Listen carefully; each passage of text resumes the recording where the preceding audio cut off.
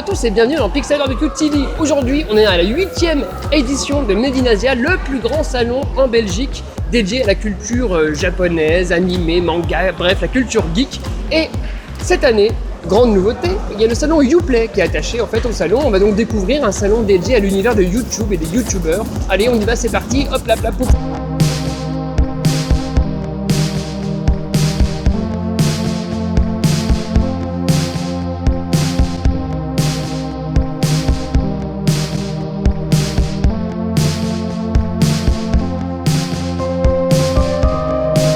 On est rentré maintenant dans le salon Made in Asia. Ce qui est super, c'est que j'avais mon ancien bracelet il y a 4 ans et qu'ils m'ont même pas contrôlé. Ils croient que je suis une star VIP. Alors, oui, parce que maintenant on est déclassé en fait. On va vous emmener voir les différents stands. Le premier stand, c'est Nintendo. Alors, chez Nintendo, il y a Pokémon Tournament, qui est un mélange entre Pokémon et Tekken. Et Yokai Watch, très attendu Yokai Watch. Alors on voit qu'il y a des démos jouables, on va essayer de s'approcher.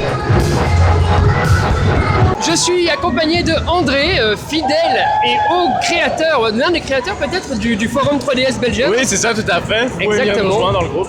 Alors André, tu as joué j'imagine à Pokémon Tournament et peut-être même à Yokai Watch. Est-ce que tu peux nous parler en premier lieu de Pokémon Tournament? Alors super jeu avec des très jolis graphismes. On peut jouer avec 16 personnages différents. Ouais. Il y a un peu comme dans Naruto des personnages de soutien qui peuvent interagir pendant pendant les matchs. Pas mal d'arènes différentes, ouais, c'était vraiment très agréable. Un peu dur à prendre en main au début parce que sans doute il faut connaître les touches et les... Est-ce que tu es un joueur de jeu de combat à la base?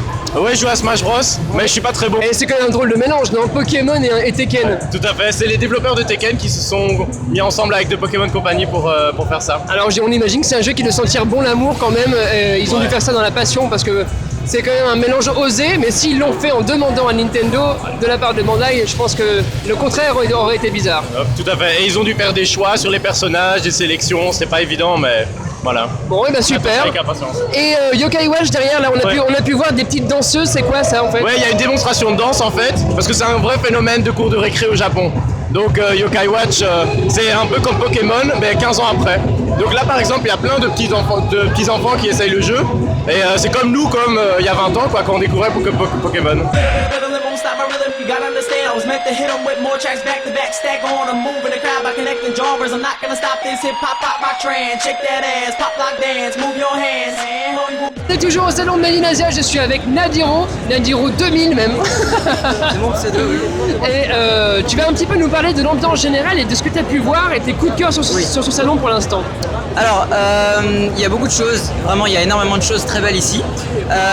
Il y a d'abord le musée du jeu vidéo avec une super bonne exposition. Pokémon, vraiment l'exposition Pokémon, l'exposition avec une statue Zelda, enfin une statue de Link, de l'univers Zelda qui est absolument magnifique. Cette année en fait c'est séparé entre tout ce qui est Japon et tout ce qui est geek autre avec la Uplay. Stand, tu as eu des coups de cœur à part Nintendo, le musée du vidéo, les youtubeurs peut-être que tu as pu voir? Oui, j'ai vu les Voxmakers, je sais pas si vous connaissez. Cette année, c'est pas un stand de dédicace mais c'est un stand de deux et ils ont je sais pas comment expliquer ça rapidement mais on a pu parler, on a pu discuter, échanger, faire 2-3 petits autographes, c'était très sympa. Les youtubeurs, vraiment, pour le jour du grenier, la file était trop grande, je me dis pas la peine. Mais sinon, sinon c'était très bien. Le stand Prestar.be, ce n'est pas que des concours et des tournois, c'est également la découverte du jeu vidéo avec ses origines. On a beaucoup de consoles de rétro gaming, ça va de l'Atari 2600 en passant par la Master System, également la Super Nintendo avec Ken derrière toi qui remarquera un très bon jeu à l'intérieur, puisque c'est Tortue Ninja. On a de la Dreamcast avec Power Stone, un jeu pas très connu d'ailleurs. On a de la GameCube, on a de la Xbox 1 jusqu'aux nouvelles consoles et à la nouvelle génération. C'est vraiment un grand coup de balai, une grande gamme qui nous propose ici. Pixel Barbecue. Made in Asia, c'est également des scénographies de dingue avec derrière moi une construction en Lego d'un chibre géant. Franchement, on ne peut que saluer l'auteur de cette construction magnifique.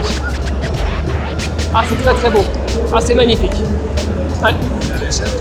En tout cas, c'est impressionnant qu'ils aient eu le droit de faire ça, parce que je pense que le mec qui a fait ça a vraiment voulu faire une bite. Je suis avec Vopus et on se trouve dans, on va dire, la deuxième zone de l'espace du musée du jeu vidéo, qui est dédié par contre aux artistes. Bonjour Vopus. Bonjour. Bienvenue à toi déjà en Belgique. Tu es peut-être belge déjà ou pas? Non, luxembourgeois. Du luxembourgeois. Et donc, Vopus, toi, tu as une technique assez particulière qui étonne pas mal de monde ici. C'est le papercraft en 3 dimensions, mais à base du jeu vidéo. Oui, c'est juste. Comment est venue en fait cette passion? Tu peux nous en dire plus? J'ai vu la première diorame que j'ai fait, c'est le de Mario avec des cubes, Oui. que je fais maintenant, le grand haut. Et quand j'ai fini cela, j'ai pensé maintenant quoi d'autre à faire, parce que j'en ai plein de jeux que j'ai joué quand j'étais petit. D'accord. Et tout de suite, la map de Zelda me tombe dans la tête. Et j'ai pensé comment tu peux le faire en 3D. Et après, j'ai trouvé le mot Scoomy, c'est un papier en mousse. D'accord. C'était ma base. Et là, j'ai commencé à faire mon Zelda diorame. Oui, parce que j'imagine que tu n'utilises pas un papier d'imprimante normal. C'est un papier plutôt épais, sinon... Non, c'est papier normal. Ah, c'est un papier normal? C'est papier normal. Ok. Et d'abord, je commence avec un programme Photoshop. Oui. Je fais mon image. D'accord. Et après, j'imprime. Je coupe avec un cutter. Et je fais avec la mousse toutes les layers, les niveaux. Chaque layer, ouais. Je joue avec les layers. D'accord. Et ça donne l'effet 3D dans les images. Eh bien, c'est magnifique, vraiment. Merci beaucoup. Je crois qu'ici, pour moi, t'es la vraie découverte, parce que les autres artistes, je les connaissais déjà sur Internet, mais je connaissais pas en fait ton papercraft.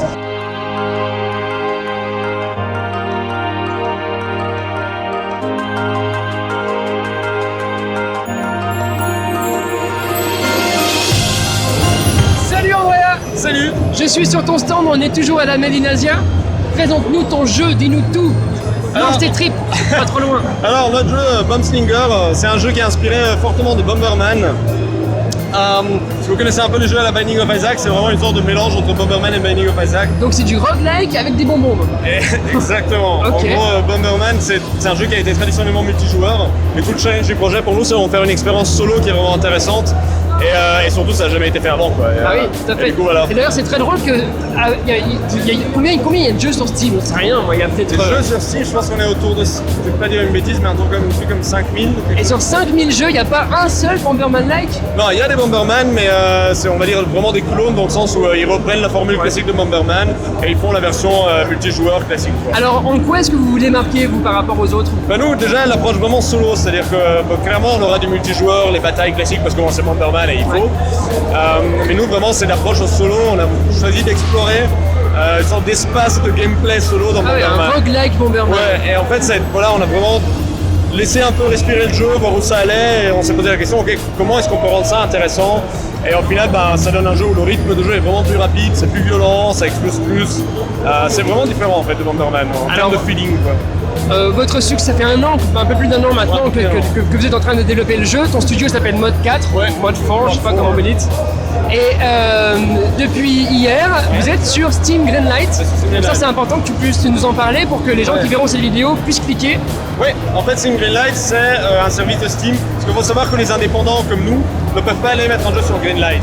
Sur Steam, pardon. Sur Steam. Voilà, du coup, il faut passer par Steam Greenlight et que les joueurs votent oui pour que le jeu ait la possibilité d'être sur Steam. Et du coup, maintenant, via le site internet bombsinger.com, il y a un lien vers la page Greenlight pour aller directement voter.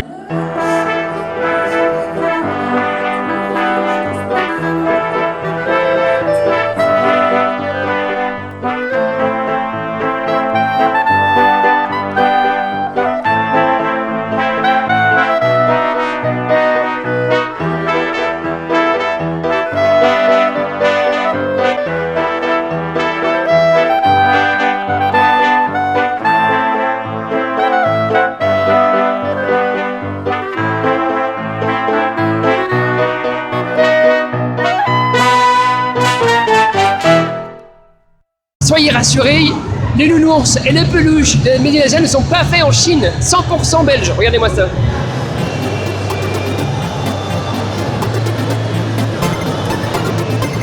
Pixel Barbecue.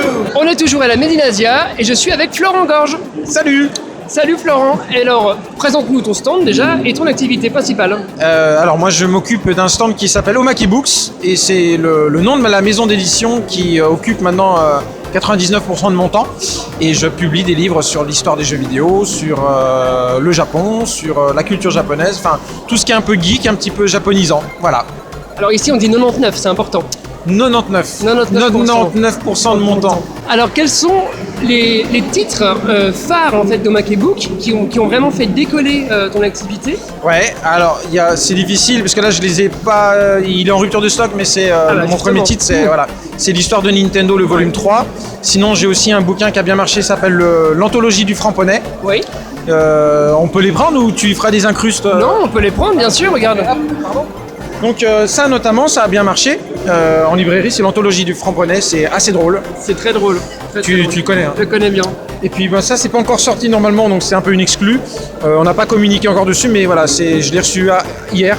Et c'est un bouquin d'initiation sur le shogi. Eh bien je vais te l'acheter, tu sais pourquoi? Parce que tu joues au shogi? Non, justement, je joue pas au shogi et en fait j'ai plein de jeux vidéo de shogi. Ah, et tu sais pas comment y jouer? Je sais pas comment y jouer. Bah voilà. Eh bien ça fera l'occasion comme ça. Grâce à toi je pourrais jouer au shogi et enfin comprendre ce que je fais quoi. Et bah écoute, ouais, puis c'est en plus un super jeu. Si t'aimes un peu les échecs, les jeux de l'esprit, le shogi c'est vraiment top. Et puis sinon récemment on a sorti ça, le guide des consoles de jeux vidéo. Ça c'est plutôt une bonne vente pour nous depuis que c'est sorti, il y a 2 mois. Oui. Donc on y traite, il y a à peu près 200 consoles dont certaines sont vraiment oubliées. Ça a l'air bien illustré en plus. Et une belle photo, une belle mise en page. Merci, c'est gentil et ça plaît beaucoup. Voilà.